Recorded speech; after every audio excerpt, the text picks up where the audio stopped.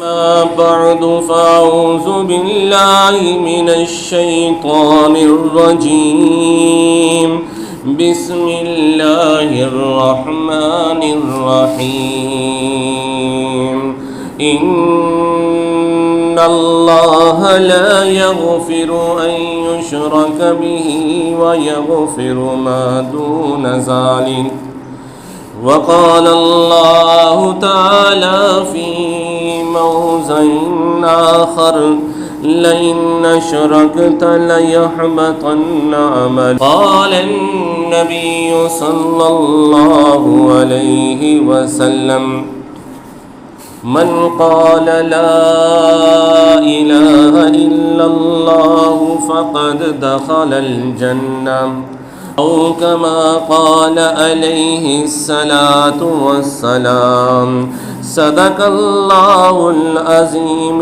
وصدق رسوله النبي الكريم ونحن على ذلك لمن الشاهدين والشاكرين والحمد لله رب العالمين۔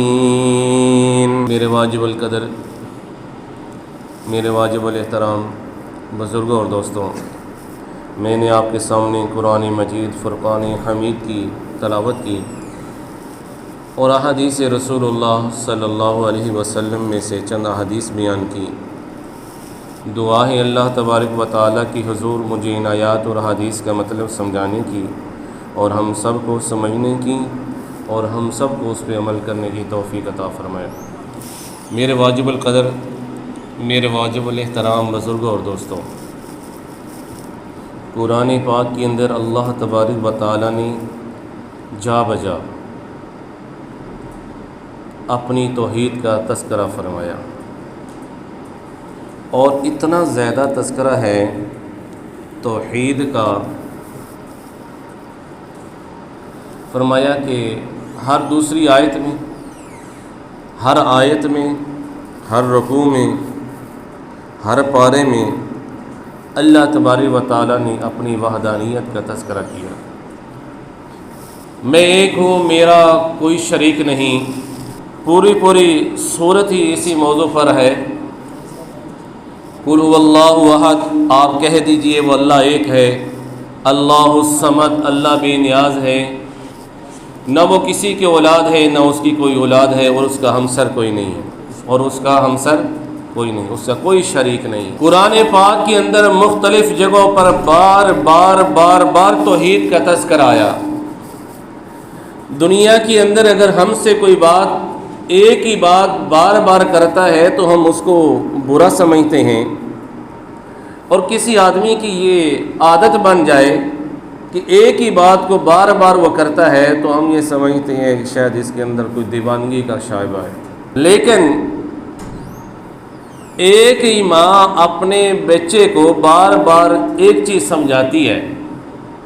بیٹا سفر پہ جا رہا ہے، بار بار سمجھائے گی اس طریقے سے جانا ہے، کسی سے چیز لے کر نہیں کھانی، سفر میں یہ کام اس طریقے سے کرنا ہے اور یہ کام اس طریقے سے کرنا ہے، پانی پیتے رہنا، ٹائم پہ کھانا کھانا، ٹائم پہ سو جانا۔ ماں ایک ہی بات کو بار بار کرتی رہتی ہے۔ یہ جو ماں کی جو بار بار بات کرنا ہوتا ہے، یہ کسی دیوانگی کی وجہ سے نہیں ہے، بلکہ اس کی ممتا کی محبت ہے بچے کے لیے، جو بچے کو بار بار سمجھاتی ہے بیٹا یہ غلط کام نہیں کرنا، سفر پہ جا رہے ہو تو ان چیزوں کا التزام لازمی کرنا اور ان چیزوں سے پرہیز لازمی کرنا۔ اور اللہ تبارک و تعالیٰ کی ذات تو بندے سے 70 ماؤں سے زیادہ شفیق ہے، زیادہ مہربان ہے۔ تو اللہ تبارک و تعالیٰ اپنے بندوں کو جہنم سے بچانے کے لیے بار بار فرما رہے ہیں، میں اکیلا ہوں، میں نے تمہیں پیدا کیا۔ قرآن پاک کے شروع سے لے کر آخر تک یہی بات مضمون ہمیں ملتا ہے۔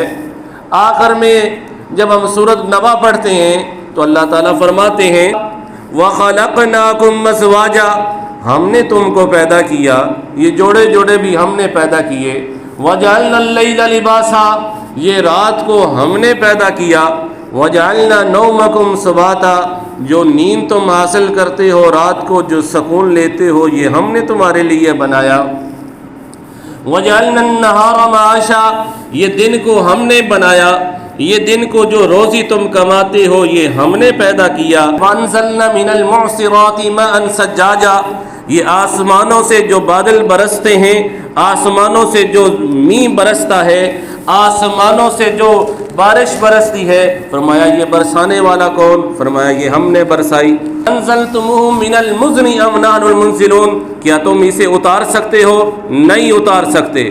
فرمایا یہ تم جو کھیتی کرتے ہو، کیا کھیتی میں سے جو کونپل نکلتی ہے، کیا یہ تم کھیتی اگا سکتے ہو؟ فرمایا نہیں، لو نشاء جعلناہ اجاجا فلولا تشکرون، فرمایا یہ بارشیں جو موسلا دھار برستی ہیں، فرمایا یہ ہم برساتے ہیں، یہ اسی سے ہم یہ کھیت پیدا کرتے ہیں، اسی سے ہم یہ باغ پیدا کرتے ہیں، اسی سے یہ ہم ہی پھل اور میوے پیدا کرتے ہیں، تمہارے لیے ہم ہی یہ اناج اگاتے ہیں، فرمایا اور کوئی اگانے والا نہیں، فلولا تشکرون، کیا تم میرا شکر ادا نہیں کرو گے؟ کیا تم میرا شکر ادا نہیں کرو؟ تو اللہ تبارک و تعالیٰ کی ذات کا ہمیں شکر ادا کرنا چاہیے، وہ اللہ اکیلا ہے، وہ وحدہ لا شریک ذات ہے۔ 1,24,000 کم و بیش انبیاء کرام علیہم الصلوۃ والسلام کی یہی جد و جہد تھی، یہی ان کی ایک کاوش تھی، سب سے پہلے ان کا ایک ہی نعرہ تھا، ایک ہی بات تھی، لا الہ الا اللہ۔ اس کے لیے ان کو گھر سے بے گھر کر دیا گیا، لا الہ الا اللہ کی وجہ سے، اسی وجہ سے ان کے اوپر ظلم ڈھایا گیا، لا الہ الا اللہ کی وجہ سے، اسی وجہ سے ان کو آرے کے نیچے ان کو ڈال کر ان کے 2 ٹکڑے کر دیے گئے، ان کو شہید کیا گیا انبیاء اور رسل کو، فرمایا یہ اسی کلمے کی وجہ سے، لا الہ الا اللہ کی وجہ سے، فرمایا کہ لا الہ الا اللہ، اللہ کے سوا کوئی معبود نہیں، سارا اسی پہ جھگڑا ہے، الا اللہ پہ کوئی جھگڑا نہیں ہے، اللہ کے علاوہ کوئی عبادت کے لائق نہیں ہے، وہ وحدہ لا شریک ذات ہے، لا معبود الا اللہ، اللہ کے علاوہ کوئی عبادت کے لائق نہیں، لا محبوب الا اللہ، اللہ کے علاوہ کوئی محبوب نہیں، لا متصرف فی العالم الا اللہ، اللہ کے علاوہ عالم میں کوئی اور تصرف کرنے والا کوئی نہیں۔ مکہ کے مشرکین بھی مانتے تھے، وَلَئِن سَأَلْتَهُمْ مَنْ خَلَقَ السَّمَاوَاتِ وَالْأَرْضَ لَيَقُولُنَّ اللَّهُ، فرمایا جب ان سے پوچھا جاتا ہے کس نے آسمان اور زمین کو پیدا کیا تو وہ کیا کہتے ہیں؟ اللہ نے پیدا کیا۔ لیکن اختلاف کہاں پہ تھا؟ اختلاف اسی بات پہ تھا، وہ کہتے تھے اللہ تبارک و تعالیٰ کی ذات نے اپنے چھوٹے چھوٹے جو ہے نا یہ مختار بنا دیے ہیں، اپنے چھوٹے چھوٹے مختار بنا دیے ہیں، کسی بت کو اللہ تعالیٰ کی ذات نے وہ بارش اس کے اختیار میں دے دی ہے، اب اللہ تعالیٰ کی ذات وہ پوچھتے نہیں، کسی کے ذمے اللہ نے اولاد لگا دی ہے، اب اللہ تعالیٰ اس سے پوچھ نہیں سکتے، کسی کے ذمے اللہ تبارک و تعالیٰ کی ذات نے یہ موت و حیات لگا دی ہے، وہ اب اللہ تعالیٰ اس سے پوچھ نہیں سکتے، کسی کے اختیار کے اندر اللہ تبارک و تعالیٰ نے یہ دنیا کے معاملات لگا دیے ہیں، اب اللہ تبارک و تعالیٰ پوچھ نہیں سکتے۔ وہ کیا کہتے تھے؟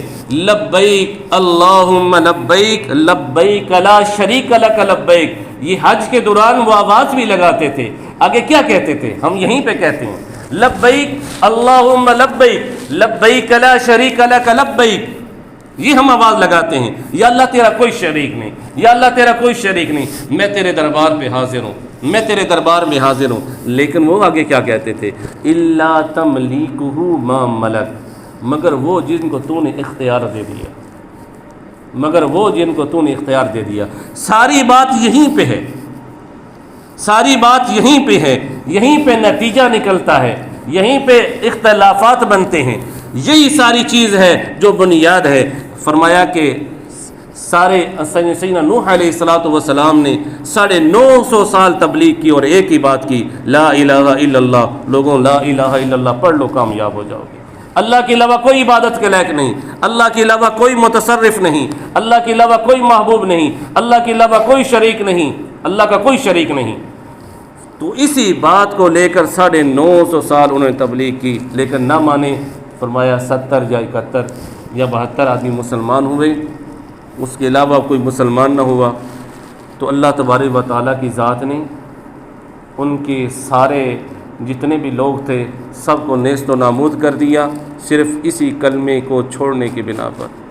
فرمایا کہ اگر دنیا کے اندر آدمی ہو، نمازی پرہیزی آدمی ہے، عبادت کرنے والا بندہ ہے، حج بھی بڑے کر رہا ہے، روزے بھی بڑے رکھ رہا ہے، نمازیں بھی بڑی پڑھتا ہے، تسبیحیں بڑی رس کے ہاتھوں میں ہیں، 1000 دانوں والی تسبیح ہے، بڑی لمبی لمبی ماشاءاللہ داڑھی مبارک بھی ہے، اور کرتا پہنا ہوا ہے، اللہ اللہ کر رہا ہے، لیکن اللہ تبارک و تعالیٰ کی ذات کو وہ شریک بناتا ہے اللہ کی ذات کے ساتھ۔ تو فرمایا سورۃ انعام کے اندر اللہ تعالیٰ نے انبیاء کا ذکر کیا، تسلسل کے ساتھ ذکر کیا، سیدنا موسیٰ علیہ السلام کا، سیدنا عیسیٰ علیہ السلام کا، یونس علیہ السلام کا، اور مختلف انبیاء کا، ابراہیم علیہ السلام، سیدنا اسماعیل علیہ السلام، سب کا نام لے لے کر سب کا تذکرہ جب کر چکے تو فرمایا لَإِنْ أَشْرَكْتَ لَيَحْبَطَنَّ عَمَلُكَ، اگر آپ نے اللہ کے ساتھ کسی کو شریک ٹھہرایا تو اللہ تعالیٰ نے آپ کے اعمال کو ضائع کر دیں گے، آپ کے اعمال ختم ہو جائیں گے اگر اللہ تعالیٰ کے ساتھ شریک ٹھہرایا۔ انبیاء تو معصوم ہیں، انبیاء تو محفوظ ہیں، اللہ تعالیٰ کی ذات نے ان سے وہ گناہوں کا وہ ان کے اندر مادہ ہی نہیں ہے، وہ گناہ کر ہی نہیں سکتے، احتمال ہی نہیں ہے۔ تو انبیاء کا نام لے لے کر بڑے بڑے انبیاء کا یہ کیوں تذکرہ فرمایا؟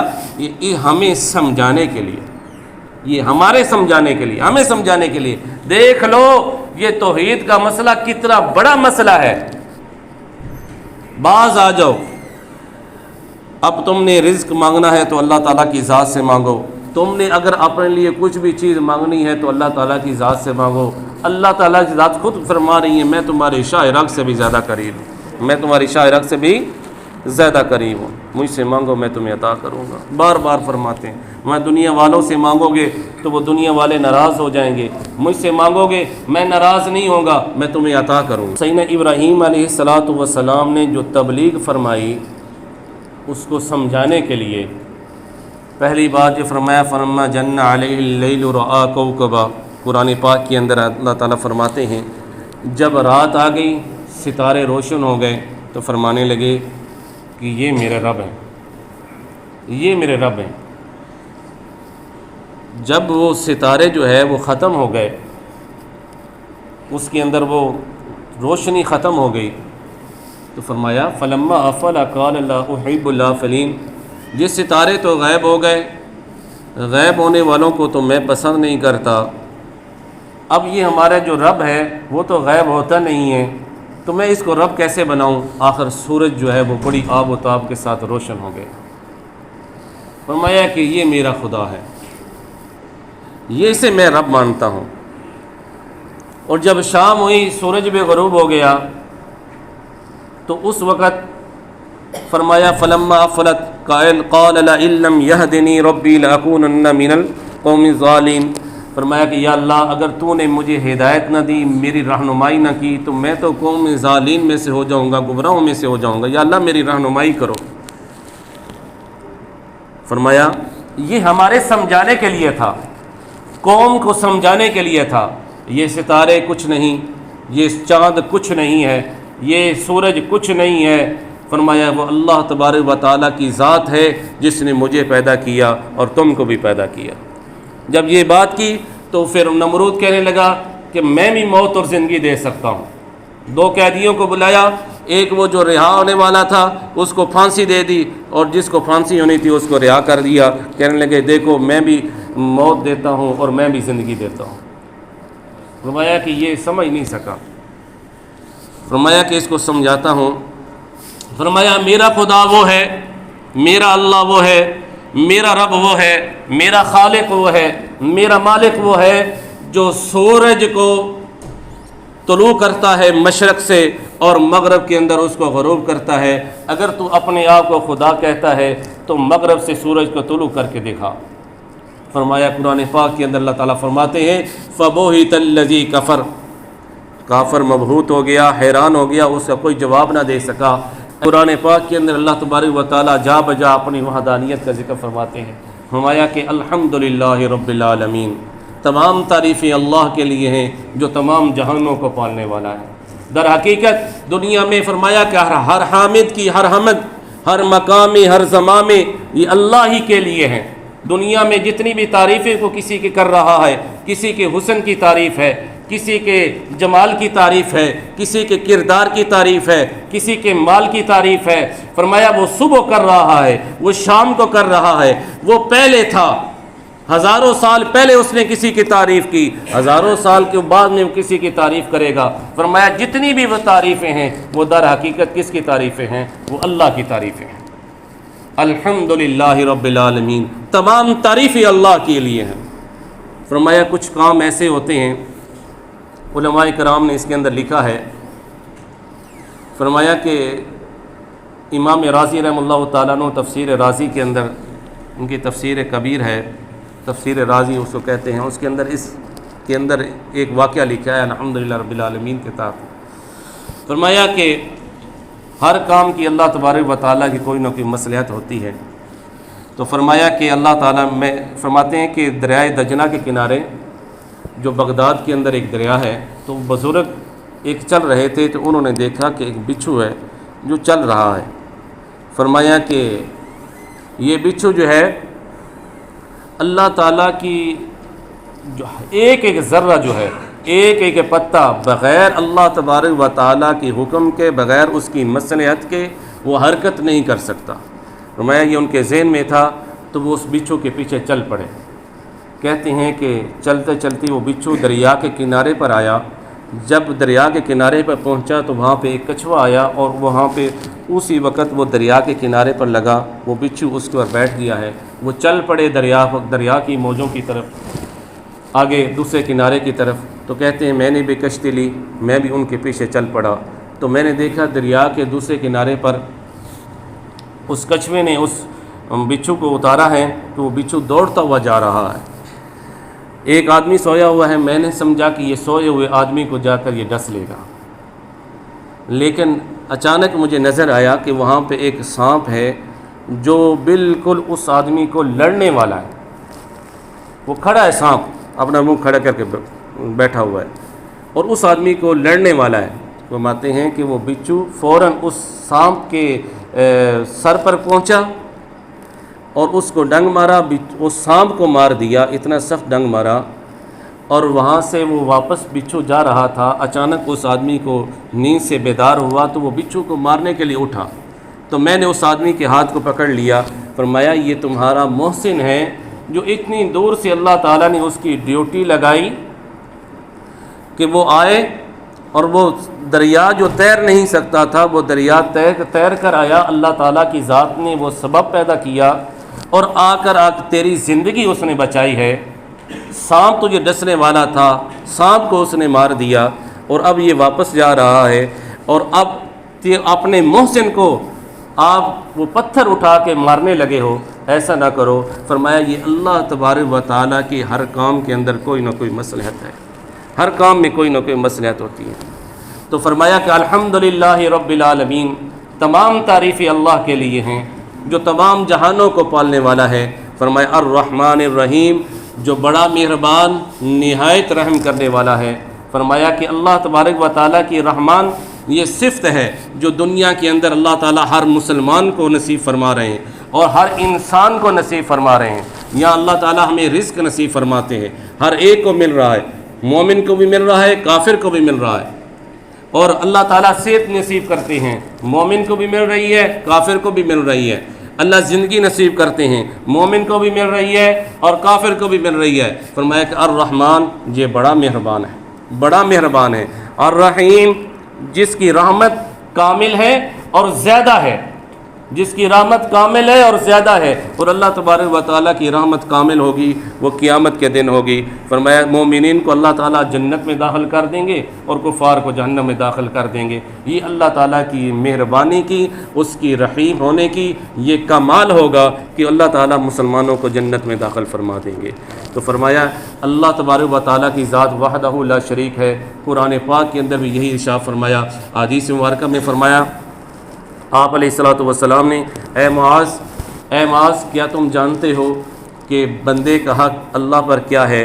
اور اللہ کا حق بندے پر کیا ہے؟ فرمایا کہ بندہ جو ہے اس کے اوپر اللہ کا حق یہ ہے کہ وہ اللہ تبارک و تعالیٰ کی ذات کی عبادت کرے اور اس کے ساتھ کسی کو شریک نہ ٹھہرائے، اور اللہ کا حق یہ ہے کہ جب اس کے بندے اس کے ساتھ کسی کو شریک نہیں ٹھہرائیں گے تو اللہ تعالیٰ ان کو سزا نہیں دے گا بلکہ ان کو جنت میں داخل فرما دیں گے۔ وآخر دعوانا ان الحمد للہ رب العالمین۔